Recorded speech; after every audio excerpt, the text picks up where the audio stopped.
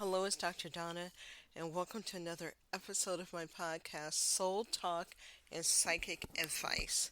Today, we are exploring a pattern that many intuitive, empathic, and perceptive people experience, especially those who feel called to share their insight, guidance, or healing work publicly.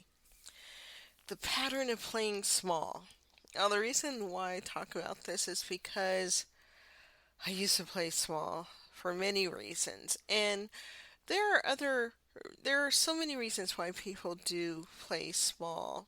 They might be a people pleaser, an overgiver, they don't want to make other people feel bad, or they were told that they were too much. And so I'm going to go into detail about why this is a big issue, especially for us who do healing work or psychic guidance, even as a grief coach. It's like I've always been asked, to play small, I'm too much. And it's like, no. So let's discuss. Playing small does not always look obvious. Sometimes it looks like procrastination. Yes. Procrastinators, hello. Sometimes it looks like endless preparation. Yes, trying to be perfect because it looks like perfectionism. Sometimes it looks like overlearning without sharing. I used to be an overlearner. I spent a lot on courses. That's how I learned all this stuff. Well, I probably have taken way too many courses than necessary. Sometimes it looks like waiting until you feel completely confident before allowing yourself to be visible. Yes, sometimes it looks like sharing your gifts in private but not allowing yourself to be seen publicly, right? Even on a platform, some people didn't want to put their picture up, but it's required that we have our picture up. And for a while, I didn't want my picture up, and then, over time, as I healed that need to play small, I just said, I don't care.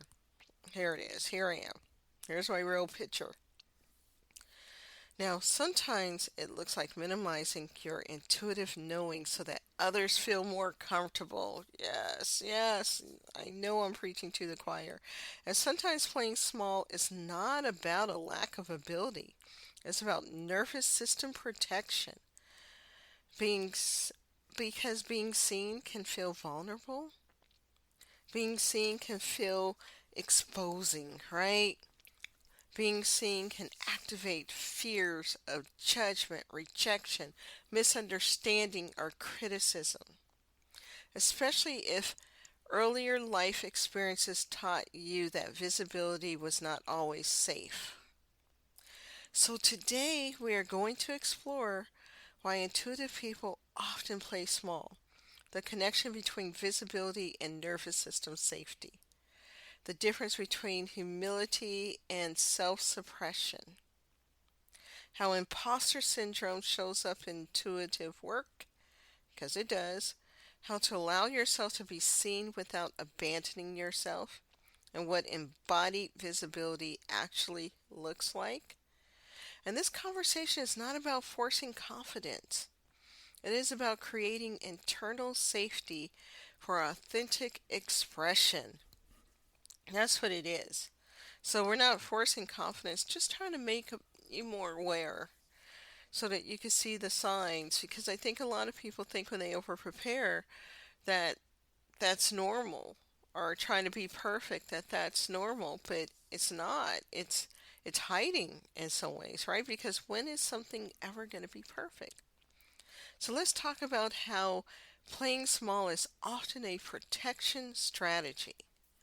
When someone has a natural intuitive capacity, emotional awareness, or perceptual sensitivity, they often learn early in life that not everyone understands how they perceive the world. They may have been told, you're imagining things, you're reading too much into that, you are too sensitive, you're overthinking, you're making assumptions, you need proof. I'm sure a lot of you may have heard this about something. I know I've heard all these things at one point. Over time, this can create internal doubt about one's perception, especially when intuitive insight is subtle. Intuition does not always arrive as certainty. Sometimes intuition arrives as a quiet knowing, a body sensation, a sense that something feels aligned or misaligned, a subtle recognition of pattern. If a person repeatedly receives feedback that their perception is incorrect, they may begin to disconnect from their internal signals. They may begin to trust external authority more than their own knowing. It happens, right? They may begin to suppress what they notice. They may begin to second guess themselves. And when that pattern continues into adulthood, it can show up as hesitation to be visible, because visibility increases the likelihood of evaluation, right? Who wants to be evaluated? And evaluation can activate old experiences of being misunderstood. Playing small is often an attempt to avoid repeating those experiences, right? You shrink, you hide is safer. It is a strategy that says, if I do not fully show myself, I cannot be fully rejected. If I keep my gifts quiet, I cannot be criticized. If I do not claim my intuitive ability, I cannot be challenged. Yep. The problem is that playing small also prevents accurate reflection. When you hide your capacity, you do not receive evidence that your perception can be helpful, right? You do not receive confirmation that your insight can create positive outcomes. You do not receive feedback that builds confidence. Confidence does not usually appear before visibility. Confidence develops through experience. It's true over time. The confidence just came. I would say even the first 10 years of reading, even with being accurate and being, one of the top advisors, on the website and then having private clients, I was kind of freaked out. I wasn't totally comfortable or feeling confident. It takes time. So don't think you have to be perfect before you start this work. No, you learn it as you go and you get better as you do the work. As you do your inner work and you do this psychic work, you get better at it. You trust what you feel. You only get better by doing. The difference between humility and self-suppression. Many intuitive people value humility. Yeah, we're a little bit obsessed with humility and being humble and down to earth and not trying to be better than anybody. But humility, it allows space for curiosity. It allows openness to learning. It allows ethical awareness. And it prevents the misuse of intuitive authority, right? Because we're not better than anybody. We're not the smartest person in the room per se. But humility is not the same as invisibility.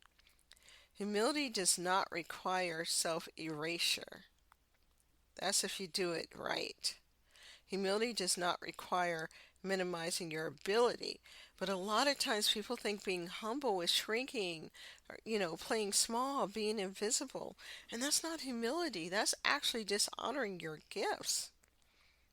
So think about humility does not require minimizing your ability.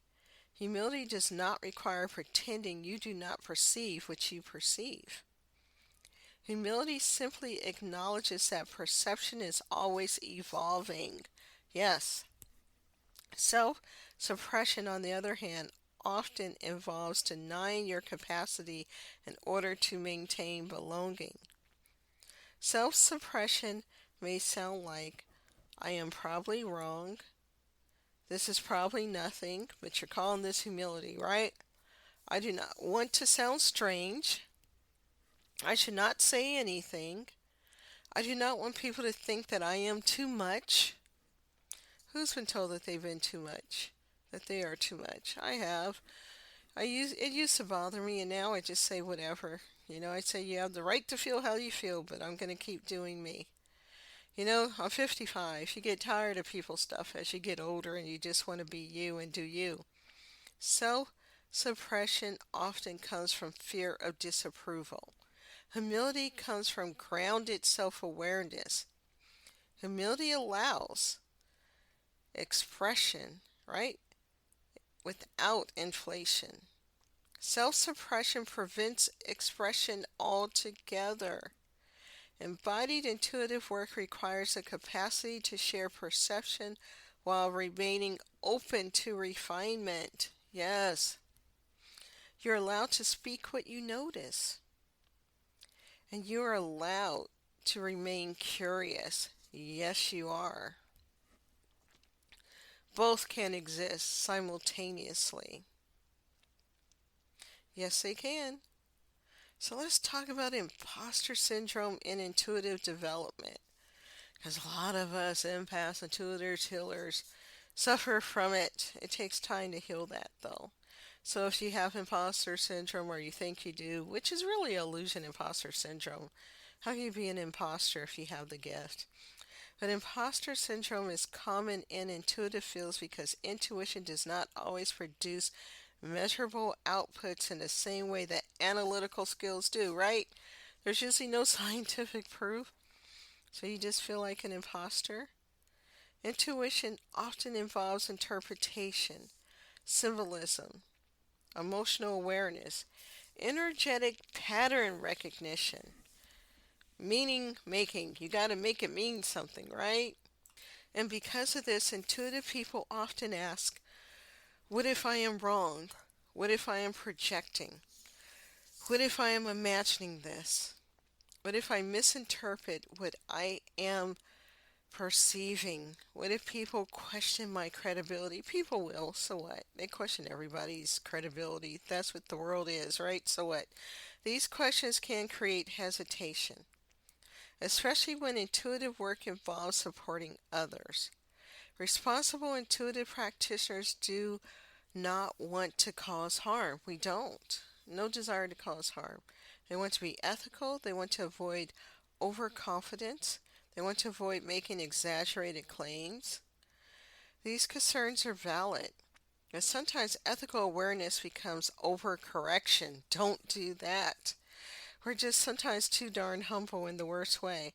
Sometimes the desire to avoid error prevents action altogether. Perception strengthens through practice. Discernment strengthens through feedback. Confidence strengthens through repetition.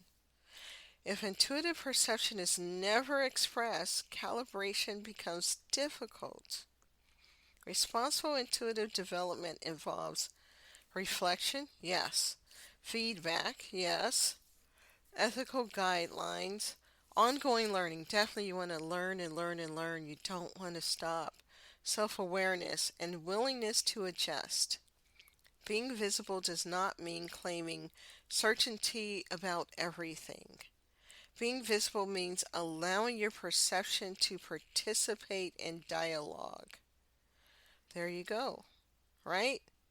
Being visible means allowing your perception to participate in dialogue. And so you just open up. Okay, let's talk about nervous system safety and visibility. Ooh.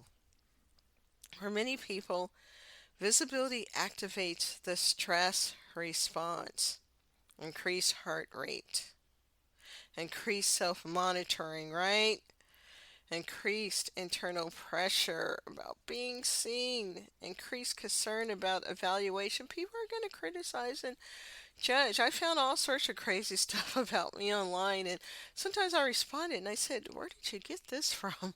And then they get mad. They're like, oh, you're trying to cover. But yeah, I've questioned people who have said crazy things about me online, but you're going to find stuff about you and just let them enjoy themselves.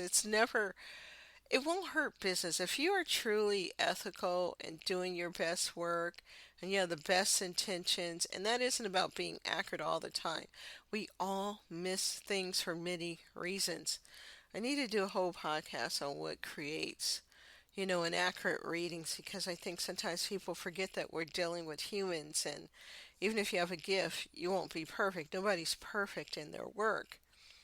But, don't let it bother you. Hey, at least they're talking about you, right? And it's not hurt business ever.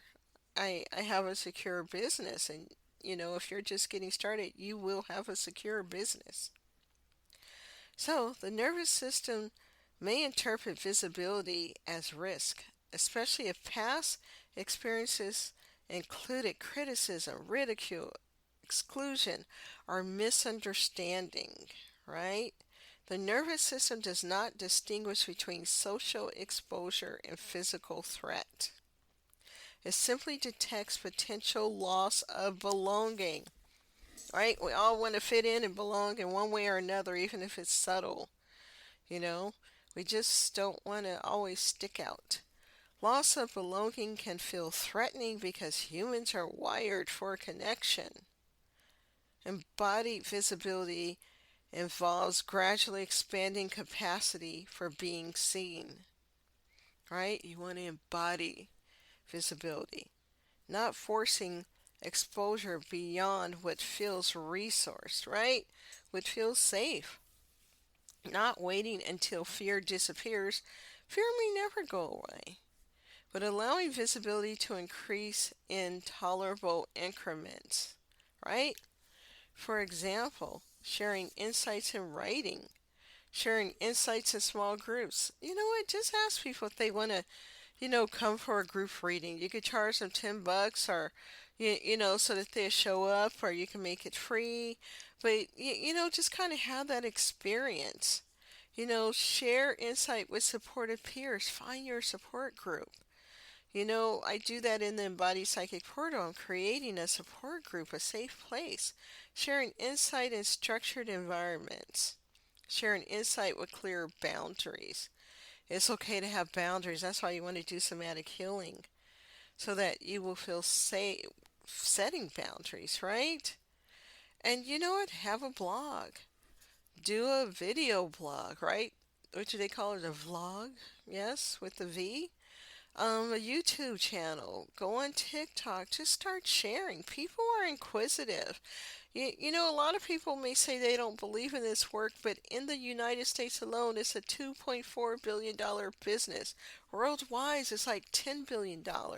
If you add all the healers and alternative medicine, I had Gemini look it up, the AI Gemini, and on my phone, and it said $376 billion a year is spent, right? There's 8 billion people on the planet. We know 8 billion people aren't spending the money, but we know probably at least half of the population, the world population is, or a third of it.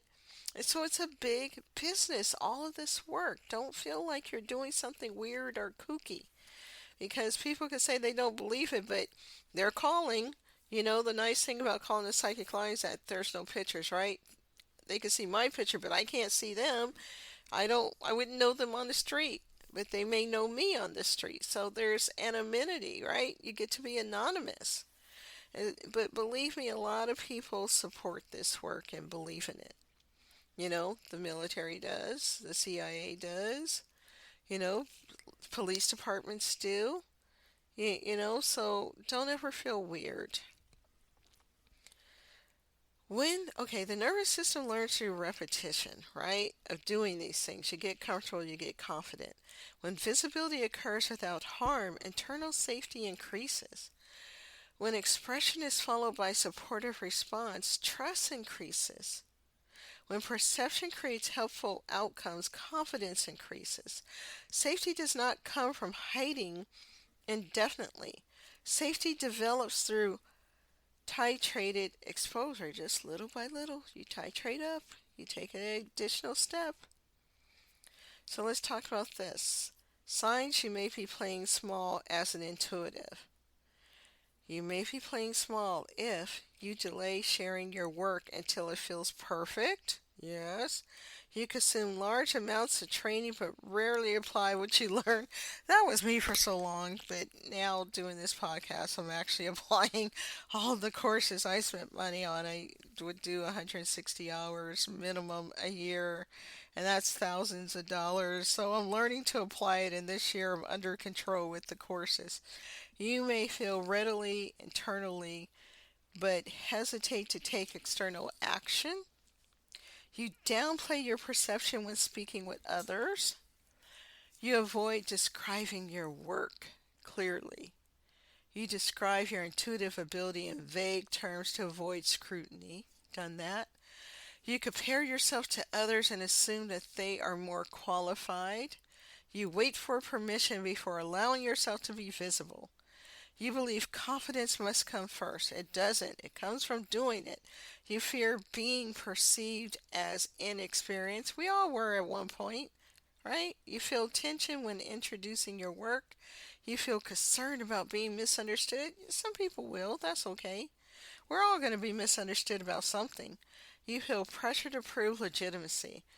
You know what, in the beginning, yes, but now when people want to challenge me or test me, I say, look, you're on your own. I'm too old. I've been doing this for too long. I don't want to play. I don't want to prove myself. It's okay if you don't believe me. You have a right. I don't force anybody to believe me. I've come a long way. These experiences are common. They do not indicate lack of ability. They often indicate lack of safety. Yes, you got to feel safe. Nervous system has got to feel safe. Okay, let's talk about allowing yourself to be seen without abandoning yourself. Allowing yourself to be seen does not require changing your personality. It does not require becoming louder. It does not require becoming performative. No, it does not require exaggerating your abilities. Embodied visibility involves congruence, right? Congruence means your internal experience and external expressions are aligned. You're not presenting an inflated version of yourself. You don't have to. You are not presenting a minimized version of yourself. Don't shrink, love. You are presenting an accurate version of yourself. Visibility becomes sustainable when expression matches capacity. You're allowed to share what you know, share what you are learning, share what you are practicing, share what you are refining, and share what you are discovering. You do not need to present mastery in order to be helpful. You can present honesty. You can present thoughtfulness. You can present ethical awareness. You can present curiosity. People often resonate more with authenticity than perfection.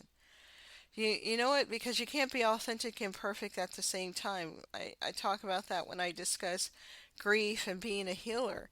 Either you're authentic or you're perfect, but you can't be both. It both does not exist, right? Perfection creates distance. Authenticity creates connection. Authenticity creates connection. Somatic reflection for expanding visibility capacity.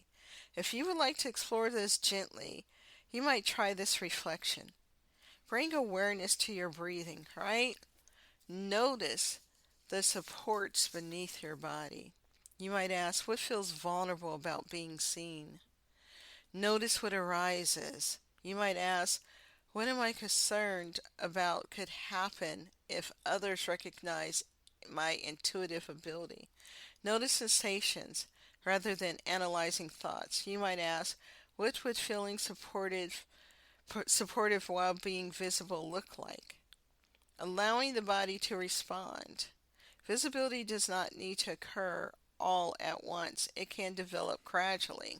Now, it used to be when I tell people that I'm psychic, they wanted lottery numbers. And I tell them, I say I don't have them. They say, well, you're a psychic. You should know them. I said, well, look, if I got the lottery numbers, why would I tell you? I just will win every time the lottery is played.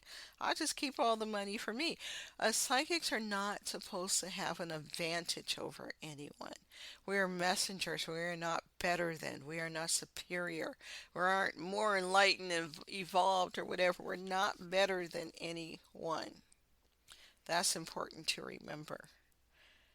That is why I don't have lottery numbers, because I would not share. Just being honest. Now let's close this out. Playing small often begins as protection. Protection is not wrong. Protection is intelligent. But protection patterns can sometimes continue longer than necessary. Your intuitive ability does not need to remain hidden in order to remain ethical. Your perception does not need to remain private in order to remain grounded. Visibility does not require certainty. It does not. Visibility requires willingness, willingness to express, willingness to learn, willingness to refine, and willingness to be in relationship with feedback, willingness to allow your perception to contribute, right? So if this topic resonates with you, the work inside the Embodied Psychic Portal, I'm so proud of this portal, explores intuitive development alongside emotional maturity, ethical clarity, and nervous system stability. Because intuitive ability becomes more sustainable when it's supported by regulation and self trust. You are allowed to grow at your own pace. You're allowed to be visible in ways that feels congruent. That makes you feel safe. And you are allowed to let your intuitive perception exist in the world. So I want to thank you for listening. And please like, comment, share. If you want me to talk more about how to stop playing small, please send a message through this podcast. It's through fan mail. And I want to thank you for listening. Have a great day, and I will see you in the next episode.